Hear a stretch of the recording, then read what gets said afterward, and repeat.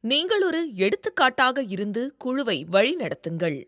Lead by example.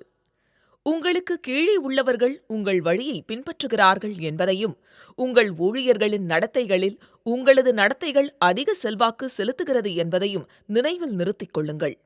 ஊழியர்கள் தங்களது பணியை எவ்வாறு உணர்கிறார்கள் என்பது தலைவர்கள் செய்யக்கூடிய காரியங்கள் மற்றும் அவர்கள் சொல்வதை அடிப்படையாகக் கொண்டது.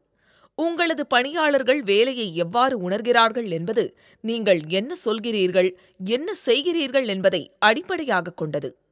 உங்களது காரியங்கள்தான் பணியாளர்கள் உங்களுக்கு எவ்வளவு முக்கியம், நிறுவனம் எவ்வளவு முக்கியம் என்பதை வெளிப்படுத்தும் சிக்னல்கள்.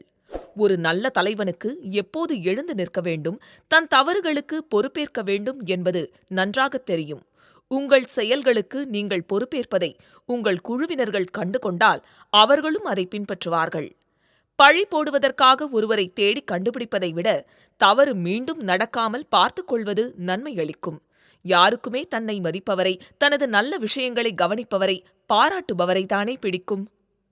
ஊழியர்கள் சொல்வதை கவனமாக காது கொடுத்து கேட்டுக்கொள்ளுங்கள். Listen aggressively. ஒரு நல்ல தலைவர் அவரது சக ஊழியர்களால் மட்டுமல்லாமல் பணியாளர்களாலும் நேசிக்கப்படுகிறார். சிறந்த தலைவராக இருக்க வேண்டுமென்றால் அவர் பணியாளர்கள் சொல்வதை கேட்க வேண்டும். யாரேனும் உங்களை அணுகி ஒரு ஆலோசனை சொல்ல விரும்பினால் உங்களது முழு கவனத்தையும் அவருக்கு கொடுக்க வேண்டும். அப்படிச் செய்வது நீங்கள் அவரிடம் கொண்டிருக்கும் மதிப்பையும் அவர் உங்களுக்கு முக்கியமானவர் என்பதையும் அந்த நபருக்கு தெரிவிக்கிறது. உங்கள் குரலின் தொனியும் நீங்கள் தேர்ந்தெடுக்கும் சொற்களும் மக்கள் உங்களை எவ்வாறு உணர்கிறார்கள் என்பதையும் நீங்கள் எதை சொல்ல விரும்புகிறீர்கள் என்பதையும் குறிகாட்டுகிறது. கற்றலின் கேட்டலே நன்று என்பதுதானே பழமொழி பாடல். உங்களது தொடர்புகளை காரணத்தோடு அர்த்தமுள்ளதாக்குங்கள். Communicate purpose and meaning. ஒரு நிறுவனம் வெற்றிகரமாக இயங்குவதன் ரகசியம் ஊழியர்கள் பொதுவான ஒரு இலக்கிற்காக அனைவரும் ஒன்றிணைந்து பணிபுரிவதில்தான் இருக்கிறது. எனவே குறிக்கோள்கள், விதிகள், எதிர்பார்ப்புகள் குறித்து பயனுள்ள மற்றும் வெளிப்படையான தொடர்புகள் நிறுவனத்தில் வித்தியாசத்தை ஏற்படுத்தும். உங்களது பணியாளர்கள் தைரியமாக அவர்களது கருத்துக்களை சொல்வதற்கு சுதந்திரம் கொடுங்கள். அவர்களது பரிந்துரைகளை நீங்கள் நிராகரிப்பீர்களோ அல்லது அந்த விமர்சனங்களை ஏற்பதற்கு தயாராக இல்லையோ என்று அவர்கள் பயந்தால் உங்களுக்கு அவர்களது ஆலோசனைகளை அவர்கள் வழங்க பயப்படுவார்கள். சுதந்திரம் இருந்தால் உங்கள் நிறுவனத்திற்கு வரக்கூடிய சிக்கல்கள் அல்லது நேரக்கூடிய தவறுகளை அவர்கள் தைரியமாக சுட்டிக்காட்டுவார்கள். நம்பிக்கையான சூழலை உருவாக்குங்கள். Create a climate of trust. ஒரு கப்பலையோ நிறுவனத்தையோ வெற்றிப்பாதையில் வைத்திருப்பதற்கு சிறந்த வழி குழுவினர்களுக்கு அவர்கள் கையாளக்கூடிய எல்லா பொறுப்புகளையும் கொடுத்துவிட்டு அவர்களுக்கு பக்கபலமாக துணை நிற்பதுதான்.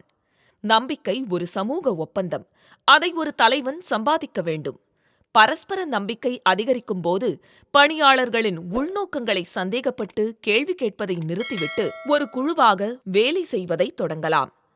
தனக்கு பின்னால் தலைவன் இருக்கிறான் என்ற நம்பிக்கை பணியாளர்களுக்கு வந்தால் எந்த ரிஸ்கையும் எடுக்க தயாராக இருப்பார்கள். உங்களது பணியாளர்களை நீங்கள் நம்புவது நிறுவனத்தை பற்றிய நேர்மறையான அணுகுமுறையை அவர்களுக்கு தருகிறது. ஒவ்வொரு செயலுக்கும் முடிவுகளை மட்டும் தேடுங்கள். Look for results, not salutes. கூழை கும்பிடுகளை எதிர்பார்க்காதீர்கள்.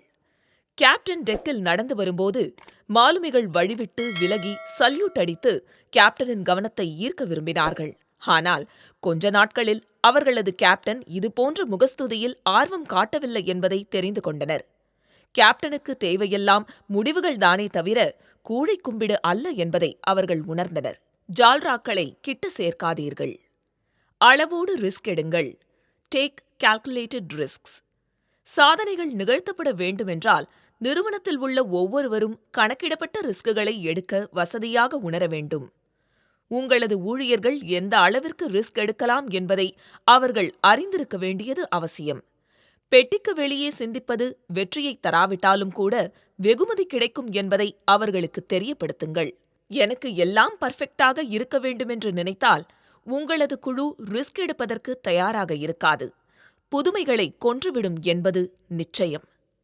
வழக்கத்திற்கு மாறான நடைமுறைகளை பயன்படுத்துங்கள். Go beyond standard procedure. வழக்கமான நடைமுறைகளுக்கு அப்பால்தான் புதுமையும் முன்னேற்றமும் இருக்கின்றன. எனவே, பழைய பணிகளை கையாளுவதற்கும், புதிய சிக்கல்களை கையாளுவதற்கும் புதிய வழிகளையும் அணுகுமுறைகளையும் கண்டறிய வேண்டும். உங்களது ஊழியர்களை ஒன்று சேர்த்து பலப்படுத்துங்கள். Build up your people. நல்ல தலைவர்கள் தங்கள் ஊழியர்களை பயிற்சி அளித்து ஊக்குவிப்பதன் மூலமும், தங்களைப் பற்றியும் அவர்களின் வேலைகளைப் பற்றியும் நன்றாக புரிந்து கொள்ள உதவுவதன் மூலமும் தங்கள் அமைப்பை பலப்படுத்துகிறார்கள்.